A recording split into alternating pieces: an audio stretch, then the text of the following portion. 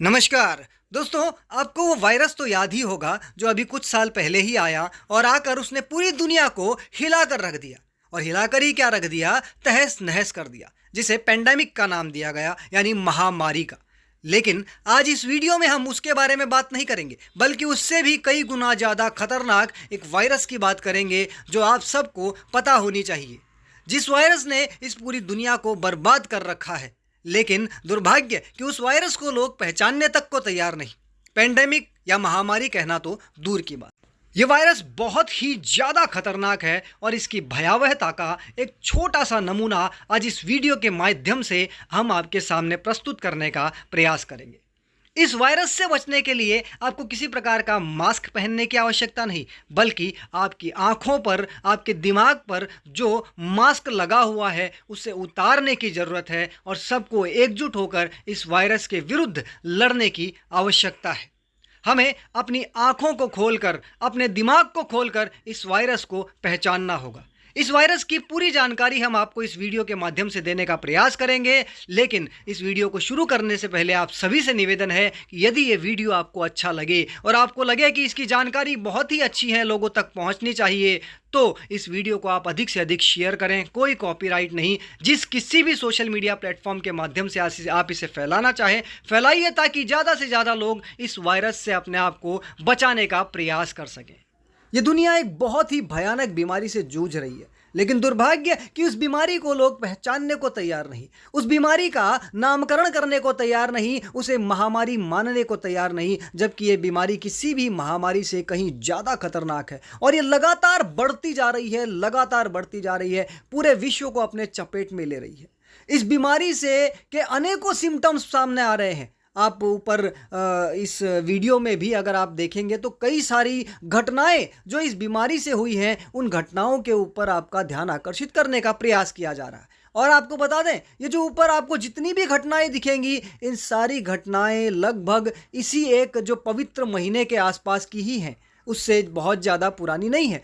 इसके अलावा आप सोचिए कितनी सारी घटनाएं जो हम यहाँ दिखा भी नहीं सकते, बता भी नहीं सकते, जो हो चुकी हैं या हो रही हैं। और ऊपर जो आपको घटनाएं दिख रही हैं, उसमें भी अधिकतर घटनाएं केवल भारत की हैं।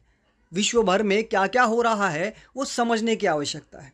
जब तक इस बीमारी को हम पहचानेंगे नहीं, इसे समझेंगे नहीं, इससे बचने का प्रयास नहीं करेंगे, इससे दूरी बनाने का प्रयास नहीं करेंगे, तब तक ये बीमारी हमें, हमारे परिजनों को, हमारे देश, धर्म और इस पूरे विश्व को इसी प्रकार निगलती जाएगी। अलग अलग इसके परिणाम होते हैं, अलग अलग इसके दुष्परिणाम होते हैं। अलग अलग प्रकार से लोग इस बीमारी की चपेट में आते हैं। कोई रिश्ते बनाता है, कोई दोस्ती करता है, न जाने किस किस प्रकार से इस बीमारी की चपेट में वो लोग आते हैं जो इस बीमारी को पहचानने को तैयार नहीं, जबकि अनेक लोग इस बीमारी के बारे में लगातार बार बार समझाने का प्रयास करते हैं, बताने का प्रयास करते हैं, फिर भी बहुत सारे लोग न जाने क्यों इस बीमारी के चपेट में जानबूझकर आना चाहते हैं, इसे समझने को तैयार नहीं। इस बीमारी के जितने नज़दीक, इस मानसिकता के जितने नज़दीक आप जाओगे, उतना ही आप अकेले ही नहीं, बल्कि आपका पूरा परिवार, आपका पूरा समाज इस बीमारी की चपेट में आकर पूरी तरह बर्बाद हो जाएगा। और हो रहा है। ऐसी अनेकों घटनाएं पहले भी सामने आ चुकी हैं।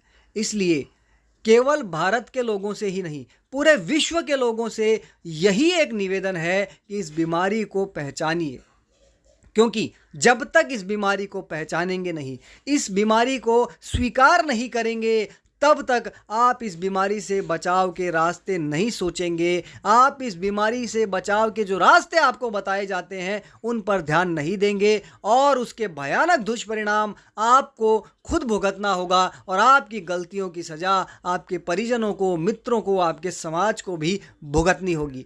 इसलिए इस घटिया मानसिकता को पहचानें और इससे जितनी हो सके दूरी बनाएं।